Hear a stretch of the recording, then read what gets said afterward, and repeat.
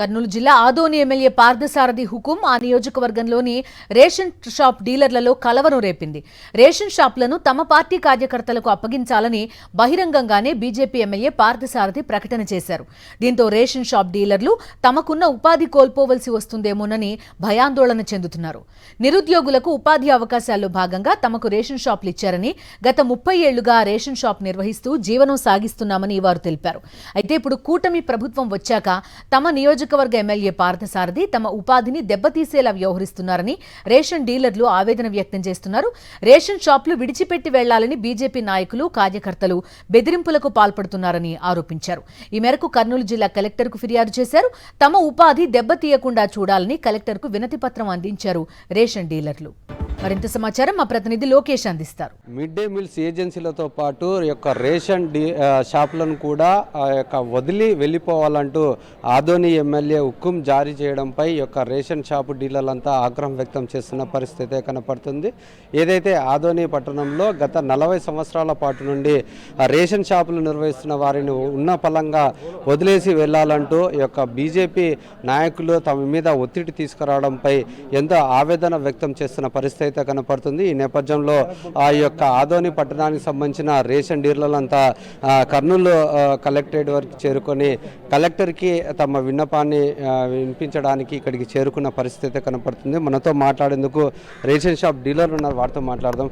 ఏంటి సిచ్యువేషన్, అంటే ఎందుకు వచ్చిందంటారు? ఎందుకు ఎమ్మెల్యే మిమ్మల్ని వదిలేసి వెళ్ళిపోండి, మాకు అప్పచెప్పండి అంటున్నాడు? ఇంత గట్టిగా చెప్తున్నాడు అంటే కారణం ఏమంటారు? సార్, మనము 1983 నుంచి డీలర్ రేషన్ షాప్ అపాయింట్మెంట్ అయినాము. నిరుద్యోగం కింద ఇచ్చినారు మాకు. మహానేత స్వర్గీయ ఎన్టీ రామారావు గారు ఉన్నప్పటి నుంచి ఉన్నాం మేము. నిరుద్యోగం కింద మనకు రేషన్ డీలర్షిప్ ఇచ్చినారు.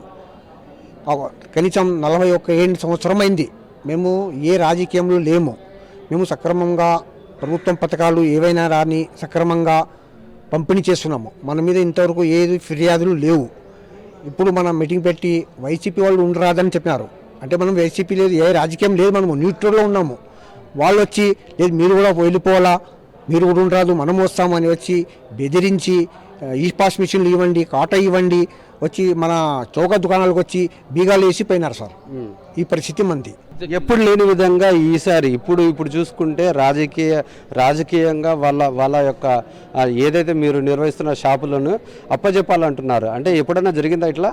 లేదు సార్, ఇప్పటివరకు అట్లా జరగలేదు సార్. 2014లో ఒకసారి జరిగింది, కానీ మళ్ళీ ఇప్పుడు 2024లో ఈ రకంగా దాడులు జరిగినాయి సార్ మా మీద.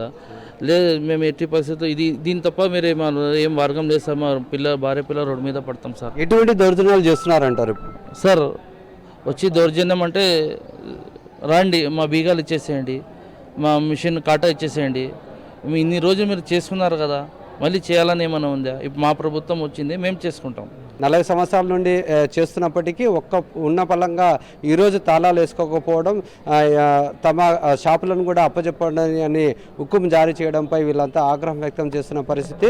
జిల్లా కలెక్టర్కి యొక్క విన్నపాన్ని అందజేయడం జరిగింది. మరి అధికారులు ఎటువంటి చర్యలు తీసుకుంటారు, ఈ యొక్క ఎమ్మెల్యే చేస్తున్న వ్యాఖ్యలను ఏ విధంగా చూసుకుంటారనేది తేలనుంది.